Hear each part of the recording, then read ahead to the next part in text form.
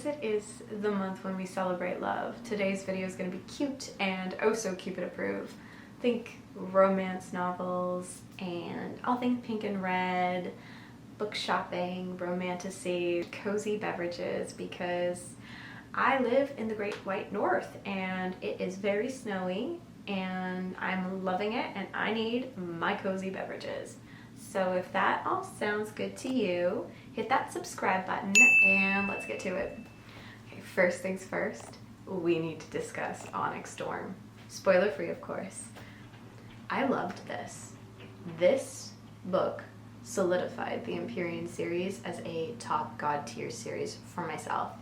I love it so much. I love it so much. If it's not for you, that's okay. Reading's subjective. I personally adored it. I loved the lore, the world building, the growth of characters and evolution and learning more about, wow, so much. The dragons, the relationships, the friendships, guys, the found family in this. I'm a sucker for found family and I adore the found family in this. And I'm so excited that my boy Riddoch is so adored. I have loved Riddoch since book 1. I tend to really love the characters who are snarky and funny and sassy and loyal, and Riddoch is all those things, and my guy really got to shine in this book and it makes me so happy to see him shine so bright. Yeah, and oh my gosh, I love the relationship between Xaden and Violet and just the breadcrumbs that Rebecca Yarros left in there for us. And I'm probably gonna make myself a little bingo card for books 4 and 5 on guesses, because I'm really excited. I'm frothing at the mouth for books 4 and 5. I'm so excited for them. I'm so excited for them. The ending of this book, and I don't just mean the ending, but everything leading up to the ending. When I finished Onyx Storm, I really did want to go scream into the void for hours.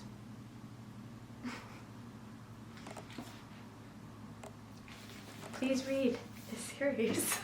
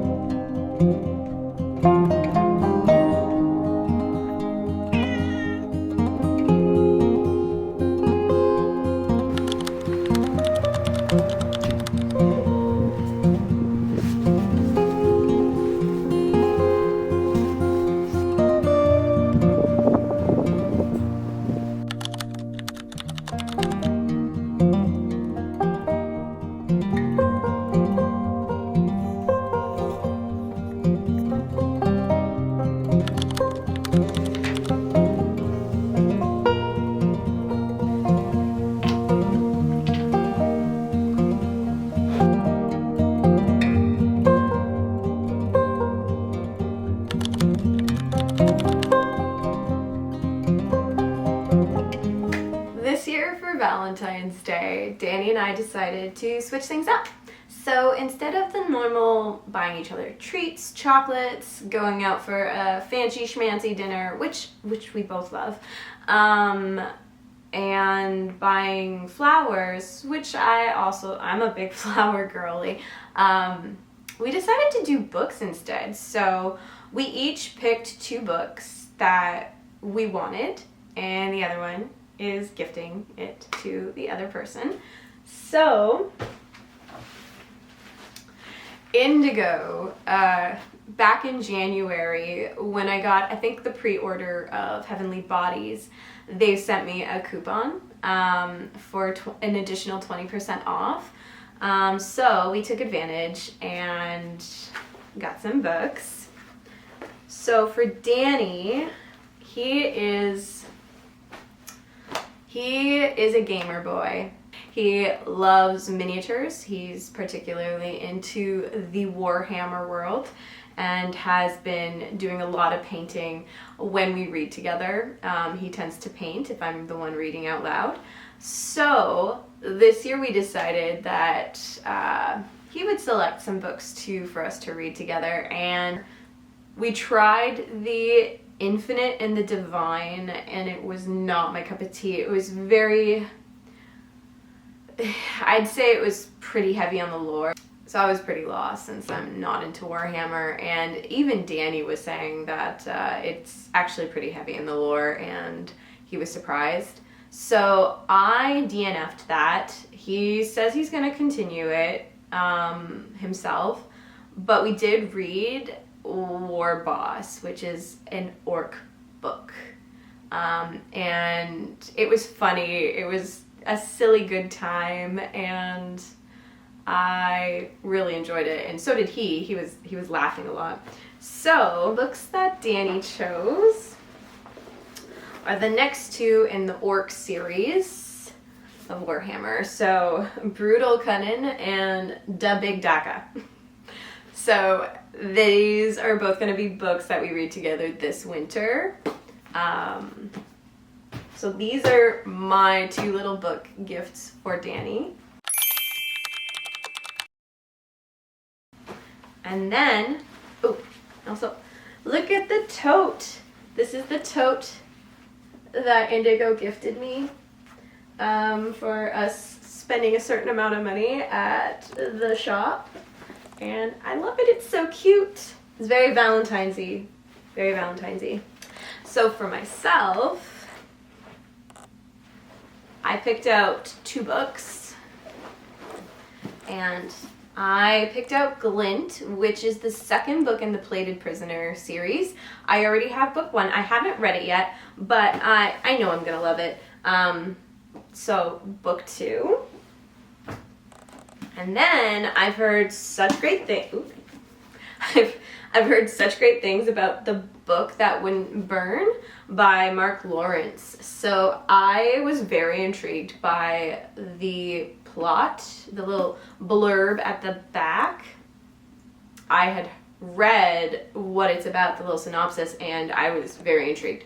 So just in case you are unaware about this book, it says, 2 strangers find themselves connected by a vast and mysterious library containing many wonders and still more secrets. In this powerfully moving series opener from the international best-selling author of Red Sister and Prince of Thorns, the boy has lived his whole life trapped within a book-choked chamber older than empires and larger than cities. The girl has spent hers in a tiny settlement out on the dust, where nightmares stalk and no one goes. The world has never even noticed them. That's about to change. Their stories spiral around each other across worlds and time. This is a tale of truth and lies and hearts and the blurring of one into another. A journey on which knowledge erodes certainty, and on which, though the pen may be mightier than the sword, blood will be spilled and cities burned. So intrigued by this. I'm so excited. Yeah. So these are the 2 that Danny treated me to for Valentine's Day. And then I couldn't resist. I can't go to a bookshop and not get more books. So I've heard a lot of really good things about the Prison Healers, so I decided to get the first book in the, I think it's a trilogy, Don't quote me on that. But yeah, I've heard amazing things about this, so I picked it up. And then the last one was kind of a book that there are people who who said that they wouldn't recommend it. But I'm pretty curious. I'm a curious person by nature, and especially if I hear something's being made into a movie, I kind of want to read the book, especially if it's a fantasy. So I want to read Light. I picked this one up, and I'm intrigued.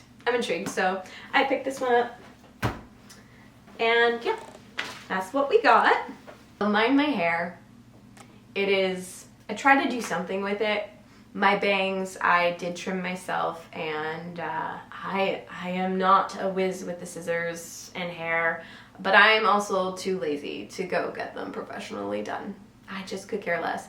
So yeah, please mind my crazy bangs, and my hair. One side of the hair wanted to do something, and then the other side is just all scraggly. Baby fine hair problems, am I right? I had really hoped to read a romance book this month for this video, but I am such a mood reader and could not bring myself to read a romance. I am very much enjoying fantasy. I typically am more of a fantasy reader. I love it. It's my favorite genre. I do have some romance books on my shelf for when I get the desire to read one of them.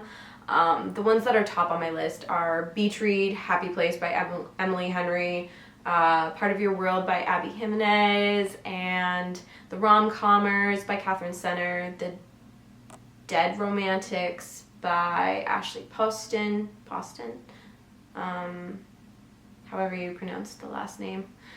I fear I am butchering last names. And Wild Love by Elsie Silver. I have not tried anything Ashley Poston, Elsie Silver, or Catherine Senner.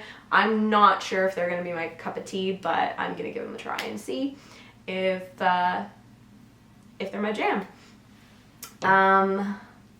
Right now, Danny and I are in the middle of Onyx Storm. It's a reread for me, which I'm really excited for because I get to find more nuggets of information that I may have missed the first time around. And I'm so pleased that he's really enjoying the Empyrean series by Rebecca Yarros. So that's a win. I'm very excited for that because finally I can talk to someone who's reading them or read them. Because guys, I need to talk to someone about my theories so bad. So yeah, I'm really excited about that. Aside from that, I'm currently like in the middle of Children of Fallen Gods and Shadow Princess from the Zodiac Academy series. I kind of put a pause on those two though, because I will say that the book hangover from Onyx Storm was pretty severe. So I started Spark of the Everflame. I am now on book 2 of the Kindred's Curse saga, and I am loving it. So because of my book hangover from Onyx Storm, I needed something new. Why not add another book to that list, right? Why do I do these? Why do I do these things to myself? Anyway, so I have Children of the Fallen Gods and Shadow Princess from Zodiac Academy, and I'm in the middle of both those books, and they were not filling the void that Onyx Storm left in my heart. So I was like, you know what? Let's just start a new fantasy series and get intrigued with a new story. And sure enough, I ate up the first book, Spark of the Everflame, really quickly and am on the second book now. So I am thoroughly enjoying it. I'm on book 2, want to get book 3 already. Ultimately, it was the right choice for me to make because, yeah, it filled the void that Onyx Storm left in my chest, and I know I'm going to feel it again when Danny and I finish Onyx Storm. Hopefully not as hard, but you never know. But at least I have this bright, shiny new series that I'm reading. And then I have those other books that I am in the middle of. Not to say that I'm not excited to continue reading Shadow Princess and Children of Fallen Gods. I am enjoying both series so much. Children of Fallen Gods is beautiful and brutal, and I love Tisana and Max Antaria so much, and it's such, I would say, I think I prefer it for Carissa Broadbent in terms of her works. I think I'm more into the War of Lost Hearts series than the Crowns of Nyaxia. But make no mistake, I love the Crowns of Nyaxia series. I love the Serpent and the Wings of Night and the Ashes and Star-Cursed King, I think the second one's called. I loved that duology very much. Rain and Araya, I love them.